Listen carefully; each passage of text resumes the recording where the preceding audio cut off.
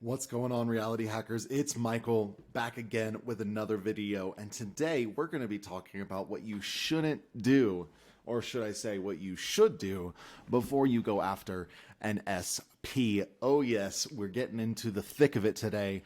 As always, the video, it's sponsored by Renegade Chiropractic out in Prosper, Texas. If you are in the area, go get checked out. We have an amazing doctor. That's one of our own, Dr. Mason.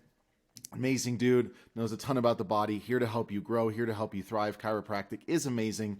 Check the link in the description for half off of a first-time visit. All right, good stuff. So what I want to talk about today ultimately is the one thing that if you don't do, you will have a ridiculously hard time manifesting an SP, and not only manifesting a specific person, specifically when it comes to relationships, but actually maintaining a relationship. You know, so much of people's talk about SP comes from this place of needing it, right? Needing this person, needing somebody to fill my life. And the truth is, and I'm sure you've heard this, but we want to really dive into this today. If you can't be happy alone, you won't be truly happy with somebody else. You know, my history has full scale codependency, inadequacy, you know, insecurity and all of those things. And so I've dealt with a lot of them. You know, there was a point in my life where I felt like I needed somebody to be there in order to feel better about myself. And I remember, you know, after my Missouri experience, I began to really find that adequacy in myself for the first time ever. And the need for a relationship, it didn't immediately go away. Obviously, there was reprogramming to still do, right? But that need slowly went away more and more and more. And I also found that there was a commonality between me being full, right, pursuing my heart's desire, and really not placing a lot of weight on the relationship. A lot of us look for a relationship as something that is meant to complete us, but in reality, relationships don't complete us. They only complement and echo what is already inside of us. And so, you know, this is really more of a video that is encouraging you, you know, if you're on that path, even if you're not, if you don't like the term SP, that's totally fine. It is what it is. It's a trending term today. And so we're going to use it. And me being the king of, you know, experiencing the dynamic of up and downs in relationships, you know, I definitely feel like there's a lot to be said here about finding that adequacy, that love for yourself. Because the truth is, man, if you don't have that for yourself, if you really don't, or even, it's not even a full scale if you don't, it's like to the degree in which you do or which you don't, you will see that reflected in the relationship that you have. Because we really don't attract the people that we want. We attract the people that we are. We attract people that are most like us, even if we don't see it at first. And this is something that I don't think you'll ever stop really discovering, right? That sense of adequacy, that sense of fullness inside of yourself. And so as we dive in, you know, we want to really point out a couple things, right? The foundation of this, ultimately, if you don't understand this, you probably shouldn't, you know, it's not that you shouldn't pursue a relationship, but you should look at where your need or your desire for one is coming from, right? The first point here is understanding my fullness is unconditional, right? Here's the thing, and we talked about this in the holiday ego trip video. Like, if you're not able to get into a place where you can actually really modify yourself at will to get out of any state, to enter into a new state, you know, you don't even need to be thinking about relationships, right? This is something that, honestly, dude, the best work you can do is get yourself together before you start trying to do things for a bunch of other people, be things to a bunch of other people, right? Again, because I've experienced it. I've experienced those codependent relationships. And they're no fun. They're no fun. It is not, you know, to anybody's benefit. Although your body and its insecurity and its trauma might think there's benefit, there's really no true benefit to wrapping somebody inside of your own trauma bond, right? So ultimately, here's the thing. If the fullness that I have is conditional upon something else existing, I really should find a way to get that fullness to be unconditional before I start looking for things that I believe are essential to my life. And this doesn't mean you need to isolate yourself from society. Doesn't mean, you know, you need to go be a hermit, but it means that you need to take responsibility for yourself. If you know that you have a hard time being happy when you're by yourself, doing nothing, doing absolutely nothing, then this is honestly something that would behoove you to be a skill that you can have as you get in a relationship, especially if that relationship is one that has high stakes, right?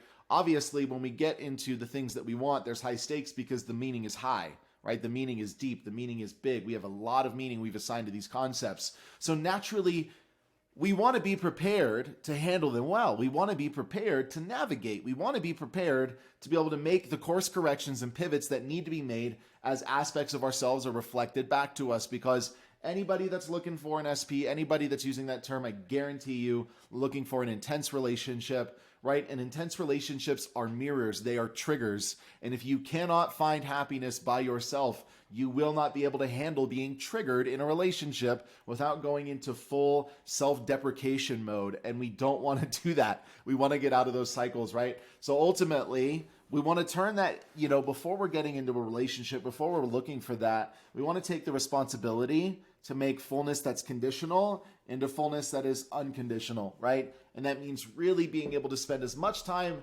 as I want by myself, perfectly happy and content, and not experiencing that sense of need, right? I want to get rid of that sense of need. And ultimately, the sense of need,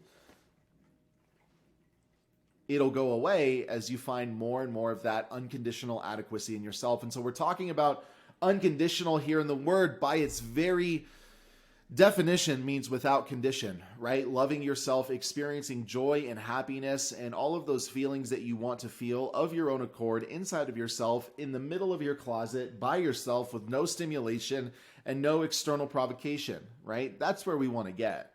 Does this mean you have to be here fully before you get into a relationship? No, it's your life. You can live it whatever way you want, right? But what this really means is that ultimately, to the degree in which you don't do this, it will show up in your relationship. So before you get an SP, man, before you go looking for one, you need to make sure you've got that unconditional fullness. You know what I mean? If you don't, you're screwed. You're only screwing yourself. It's real, right? The second thing, before I go out looking for an SP, honestly, man, it's really, really important that I have a vision for my life. Okay, a lot of people, doesn't mean you need to have a full vision for your life, but I'll tell you what, man, it's like you're talking about attracting an SP, and the truth is, right, most people are the most attracted to you. If people are attracted to you, they're going to be attracted to you when you're in the middle of doing what you thrive in, right? What you are good at. When you're in your zone of genius, when you're in your flow, dude, this is the thing, man. If you can get here, think about how much more you'll naturally be in that state, not only of the wish fulfilled, but flow states on a regular basis. We talk about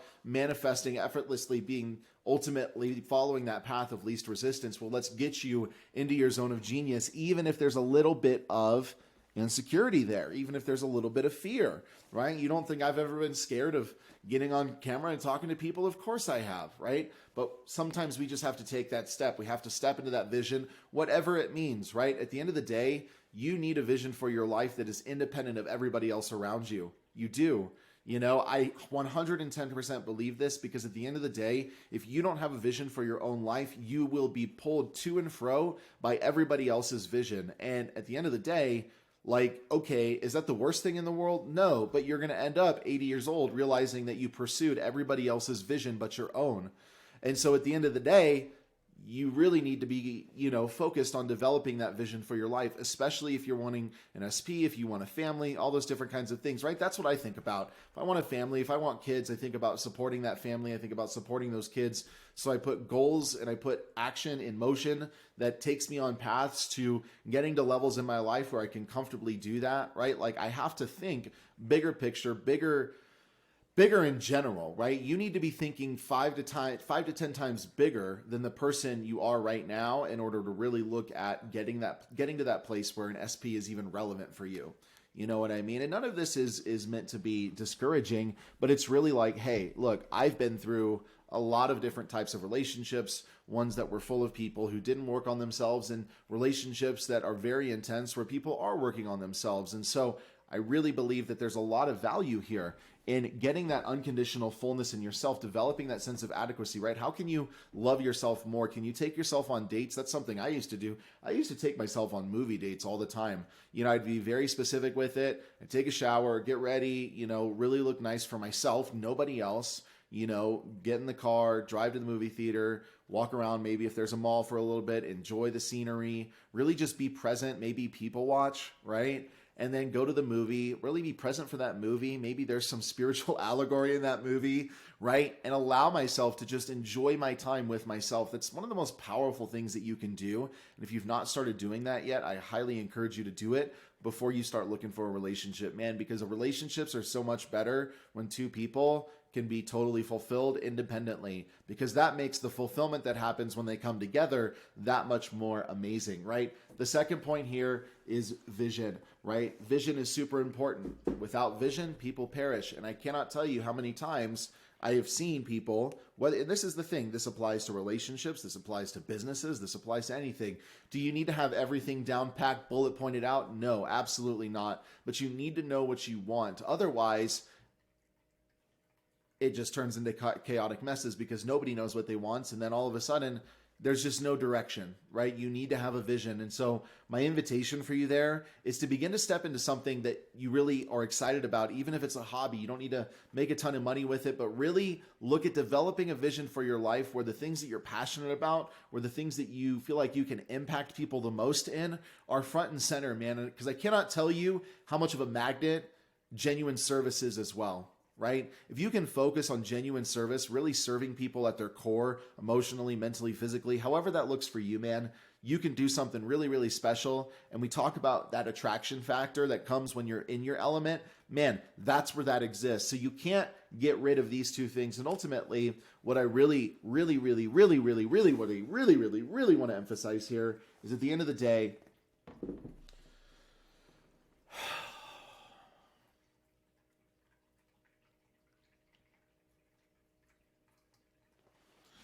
it's my duty to cultivate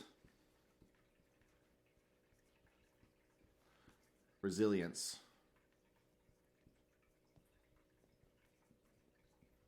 You know, a lot of people think that as they manifest, things are going to get easier, but they don't. Things get harder. But the difference is, if you're growing, you get better, right? As you ascend levels, as you manage new levels of wealth, as you manage new levels of relationships, as you manage new levels in your career, in your job, as you take on new responsibilities and more expanded responsibilities, it's not that things are getting easier. It's that you're getting better. And ultimately, this spirit of resilience, and I would ultimately add the word optimistic before that, right? Cultivating the spirit of optimistic resilience is one of the greatest things that you can do for yourself, because at the end of the day, there's a lot of things that happen in general in life. And my ability to remain focused on the task at hand, the vision, right? To remain ultimately attached to the unconditional fullness that I am, point number one, to remain focused on my vision. Dude, this is one of the greatest things that you can do. So many people get so close to what they want and they quit or they give up right before it happens. I see it all the time,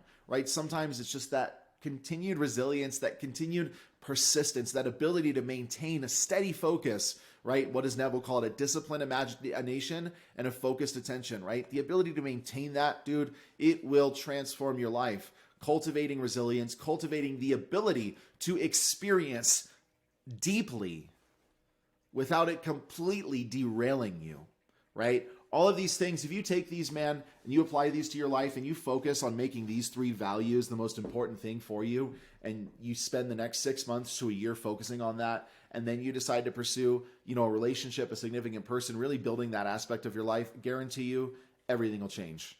Everything will change. Things will be so much different, man, and your experience in that relationship, when it does come, will be radically altered. We think that by diving into ourselves and staying away from people, we hinder our ability to love, when in fact, when we make that time to go within, to really be with ourselves, to cultivate space within ourselves, we give ourselves the ability to love people and experience love with people that much more deeply. And that's what this is about. Loving deeply, loving fully, loving Ollie, right? Man, powerful stuff today. I know there's a lot to consume. I hope you've enjoyed today's video. Really love talking about this stuff. If you got any comments, feedback, go ahead and like, share, comment, offer feedback. I'd love to engage with you. I know it's a hot topic. A lot of people going crazy over it, but that's why we're here. We're here to talk about it. We're here to set the record straight and ultimately give you insights on the best things that you can do on the path to manifesting everything that it is that you want to manifest. You are amazing, loved, wonderful, worthy, adequate, enough, an enougher. Hope you have an amazing day. We'll talk to you soon.